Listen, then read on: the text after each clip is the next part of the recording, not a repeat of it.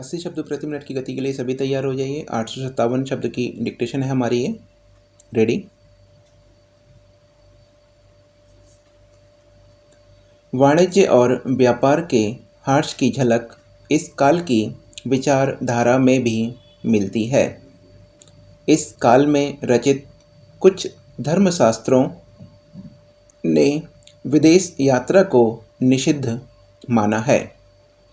उनके अनुसार उस जगह नहीं जाना चाहिए जहाँ मुंज घास नहीं उगती हो और जहाँ काले हिरण विचरण नहीं करते हों। कहने का तात्पर्य यह है कि भारत के बाहर की यात्रा नहीं करनी चाहिए। इनके अनुसार नमकीन समुद्र की यात्रा करने से आदमी दूषित हो जाता है। यह अवश्य था कि इन प्रतिबंधों को सभी पूरी तरह नहीं मानते थे। भारतीय व्यापारियों, दार्शनिकों, चिकित्सा शास्त्रियों तथा हस्तकला विशेषज्ञों के वृत्तांत मिलते हैं जिन्होंने पश्चिम एशिया में बगदाद तथा अन्य शहरों की यात्रा की। धर्मशास्त्रों का प्रतिबंध शायद कुछ लोगों के लिए ही था, या फिर वे इस भय से लगाए गए थे कि कहीं भारतीय बड़ी संख्या में विदेश जाकर ऐसे विरोधी धार्मिक विचार या सामाजिक समानता के विचार भारत में ना ले आए जो ऐसे लोगों और शासक वर्ग को अमान्य हों। उत्तर काल में यह काल सामान्यतः जड़ता तथा हर्ष का काल माना जाता है। इसका मुख्य कारण यह था कि 7वीं शताब्दी और 10वीं शताब्दी के बीच वाणिज्य और व्यापार में गतिरोध आ गया था। इसके परिणामस्वरूप इस क्षेत्र में नगरों तथा नागरिक जीवन का हर्ष हुआ। वाणिज्य और व्यापार में गतिरोध का मुख्य कारण पश्चिम में रोमन साम्राज्य का पतन था, जिसके साथ भारत का बड़े पैमाने पर तथा मुनाफे का व्यापार होता था। भारत में कभी भी बड़ी मात्रा में सोने और चांदी के खनन का काम नहीं हुआ।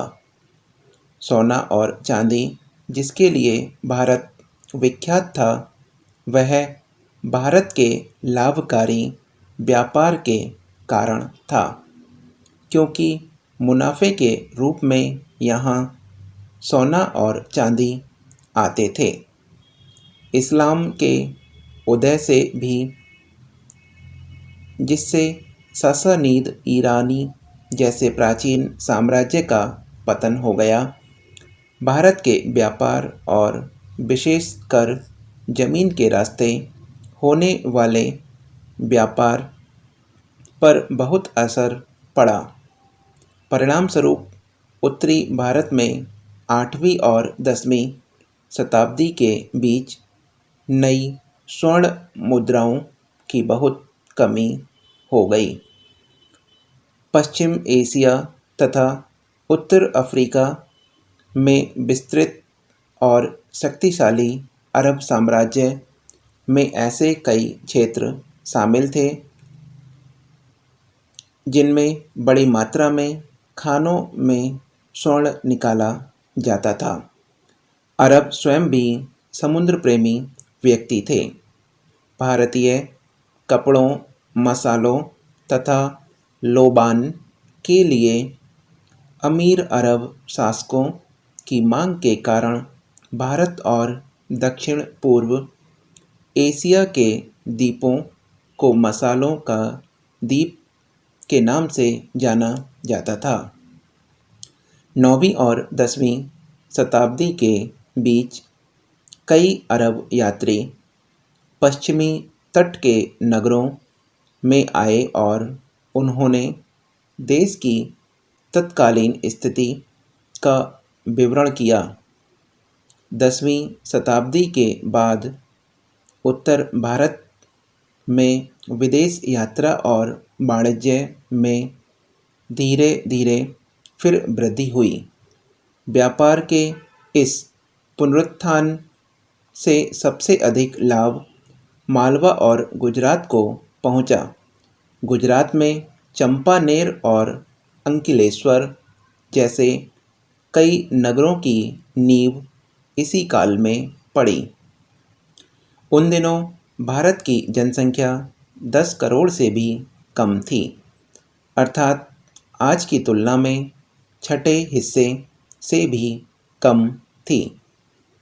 देश का एक बड़ा भाग जंगलों से ढका था, जिनमें जंगली पशुओं के अलावा ऐसे कबीले थे जो राहगीरों को लूट लेते थे। नदियों पर पुल नहीं थे और बरसात के मौसम में सड़कें बहुत खराब हो जाती थीं।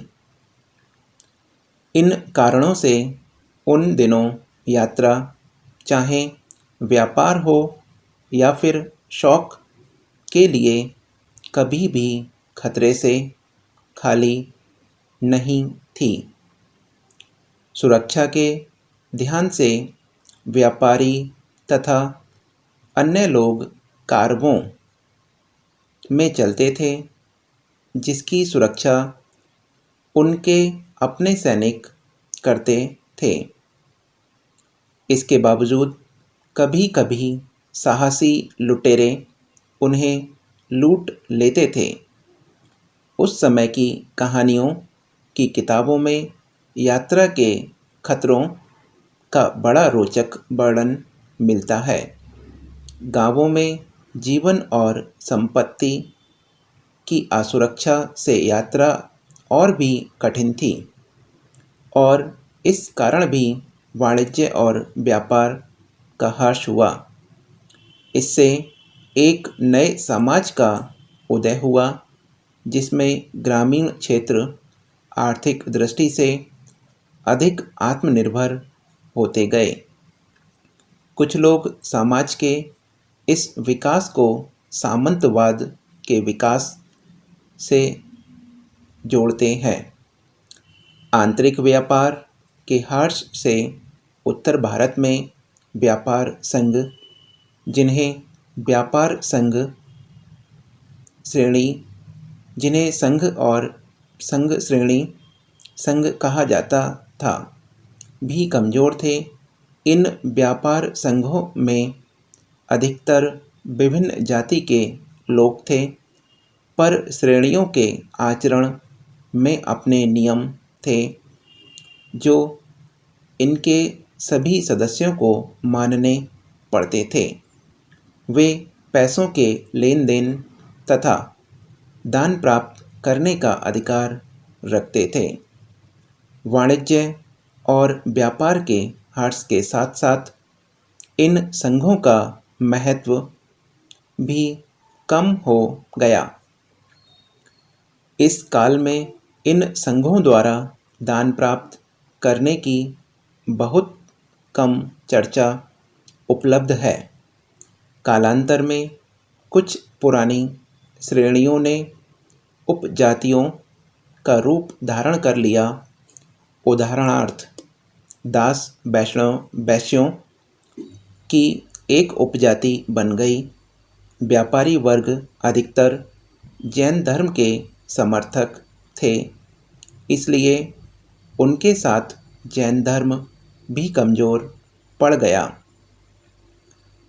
800 ईस्वी से 1200 ईस्वी का काल आर्थिक और सामाजिक जीवन तथा धर्म के लिए उपयुक्त है। आर्थिक व्यवस्था, समाज, धार्मिक विश्वास तथा मानव विचार राजनीति से कहीं कम परिवर्तनशील है। इसीलिए ऐसे कई विशेषताएं जो 9वीं शताब्दी के पूर्व पाई जाती थीं अभी भी जारी थीं, पर साथ ही कुछ ऐसे भी बातें थीं जिनसे इस काल को पहले के युग से भिन्न माना जाता है। सामान्यतः इस ऐतिहासिक काल में नए तत्वों के साथ पुराने तत्व भी विद्यमान रहते हैं, पर परिवर्तन की दिशाएं भिन्न रहती हैं। समाप्त। सभी आ जाइए, गूगल मीट के माध्यम से पढ़ते हैं इसको, या जिसको ऑनलाइन ट्रांसलेट करना है तो पोर्टल पे कर सकते हैं। 80 शब्द प्रति मिनट की